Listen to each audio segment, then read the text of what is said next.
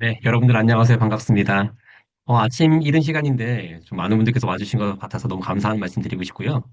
우리 ZC 모닝은 정말 편안하게 우리 제약바이오 트렌드에 대해서 이야기 나누는 그런 자리입니다. 그래서 여러분들 커피 한 잔 즐기면서 우리 30분 동안 함께 시간을 가지시면 어떨까 생각을 가집니다. 제약바이오 2026년도 정말 중요한 시기인 거 다들 아실 거라고 생각을 가지고 있습니다. 근데 특히나 여러분들께서 관심 있어 하시는 이 제약바이오 산업은 더 많은 변화를 기다리고 있습니다. 그동안 우리가 알고 있었던 만성질환 혹은 항암 치료제, 이 영역이 이제는 또 다른 영역으로 전환되고 있고요. 또한 일하는 방법과 문화도 굉장히 많은 변화를 지금 도래하고 있다는 점들을 이미 느끼고 계실 거라 생각이 듭니다. 이러한 변화에 대해서 여러분께서 어떤 선택을 할 것인가? 이러한 고민에 대한 것들이 여러분들을 좀 더 성장시킬 수 있는 굉장히 중요한 계기가 될 것이라는 생각 가지고 있습니다. 자, 첫 번째 트렌드, 여러분들께서 정말 많은 관심을 갖고 계시죠? 우리 GLP-1, 이 비만 치료제가 이제는 비만을 넘어서 산업을 바꾼다라는 이 느낌, 여러분들 좀 와닿고 계신가요? 사실 이러한 부분들에 대한 니즈가 시장에서도 굉장히 크게 나타나고 있습니다. 이 글로벌 GLP-1 시장을 살펴보시면은 2025년도에 662억 달러라고 얘기를 하고 있는데 이것이 2023년도까지 연평균 성장률 CAGR이 12.4%가 성장할 것이라는 전망이 이미 다 확정되고 있는 그런 모습이라고 볼 수 있는 것이죠. 국내 시장도 이런 비만 치료제에 대한 이런 보험 급여가 확대된다면은 더 많은 분들께서 이 비만 치료제를 경험하실 수 있지 않을까 생각이 드는 것이죠. 그런데 우리 ZC 여러분들께서는 이 점을 생각하셔야 됩니다. 비만 치료제? 이미 성장하는 거 이미 알고 있겠어. 하지만은 그 이외에 또 다른 것은 어떻게 변할 것인가라는 부분들. 그러면 비만 치료제라는 부분들을 생각할 때에 단순하게 이것을 치료제에 대한 개념으로 살펴볼 것이냐? 아니면은 사회적 전반에서 어디에 침투할 것인가라는 부분들을 살펴보는 것. 이것이 여러분들께서 가져야 되는 굉장히 중요한 인사이트가 되지 않을까 생각이 듭니다. 저는 이 GLP-1 비만 치료제가 이러한 사회적 인식, 그리고 건강에 대한 인식들을 많이 변화하게 되는 굉장히 중요한 요소가 되지 않을까 생각이 듭니다. 이러한 변화적 트렌드를 우리가 첫 번째 2026 제약 바이오 트렌드로서 살펴보는 것 매우 중요하다는 말씀드리고 싶습니다. 그럼 두 번째 트렌드는 우리가 무엇을 살펴봐야 되느냐? 여러분들 제가 항상 강조했던 거 있죠? 바로 CNS 치료제.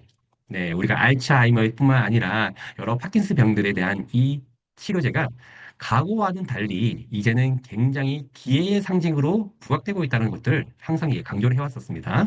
여러 빅테크뿐만 아니라 수많은 빅파마들이 다시 한 번 더 알츠하이머 치료제를 개발하기 위한 도전을 본격적으로 시작을 하고 있습니다. 이 CNS 치료제 시장이 지금 이 GLP-1 비만 치료제와 더불어서 지금 2034년도까지 꾸준한 성장을 할 것이라는 전망들에 대한 이 가능성에 대한 부분들이 굉장히 밝아지고 있다는 것들. 자, 최근에 우리 덴마크에서 열렸었죠. 우리가 이 알츠하이머와 파킨슨병 국제 학회가 열렸는데 거기에서 나왔던 굉장히 중요한 메시지들이 있습니다. 그러면 여러분들께서 이 알츠하이머 치료제에 대한 부분들을 살펴볼 때 반드시 고려해야 되는 것들이 가능한 빨리 진단해야 되고 환자별로 정밀하게 치료하라는 이 정밀 의료에 대한 이 중요성이 CNS 치료제 개발에서 굉장히 중요한 요소로서 부각되고 있다는 것이죠. 그와 관련되어 있는 연구가 제대로 진행되고 있는지를 살펴본다면은 이 알츠하이머 치료제에 대한 부분들에 대한 가능성들을 조금 더 살펴볼 수 있지 않을까 생각하시고 있고요. 여러분들께서 이 알츠하이머 치료라는 이 영역들은 우리가 흔히 그냥 쉽게 넘어가야 되는 부분이 아니라고 볼 수 있습니다. 왜냐하면은 인간은 누구나 나이가 들어갑니다. 나이가 들어가게 되면은 우리는 기억을 갖고 싶어 하겠죠. 그 기억에 대한 것을 보장해주고 유지해줄 수 있는 치료제가 개발이 된다는 것은 모든 인간들이 꿈꾸고 있는 굉장히 중요한 부분이지 않을까 생각이 드는 것이죠. 자, 그러면 이 비만 치료제뿐만 아니라 CNS 치료제, 이와 더불어서 우리가 가져가야 되는 이 트렌드 3은 바로 황노화라는 요 키워드입니다. 우리가 롱제비티라고 얘기합니다. 장수라는 표현인 것이죠. 그래서 건강한 수명을 추구하는 사람들이 지속적으로 늘어나고 있다는 것들은 여러분들께서도 많이 느끼고 계실 거라 생각이 드는데 저는 이러한 인간의 욕구가 이 제약바이오 시장을 더욱더 성장시킬 수 있는 굉장히 중요한 요소가 되지 않을까 생각을 가지고 있는데 지금 앞에 보시는 것처럼 지금 롱제비티에 대한 벤처 기업들에 대한 투자가 굉장히 활발해지고 있다는 것들. 그래서 노바티스나 엘라이 릴리 같은 회사들이 지금은 이런 노화에 대한 관심을 가지고 굉장히 직접적인 접근들을 많이 하고 있습니다.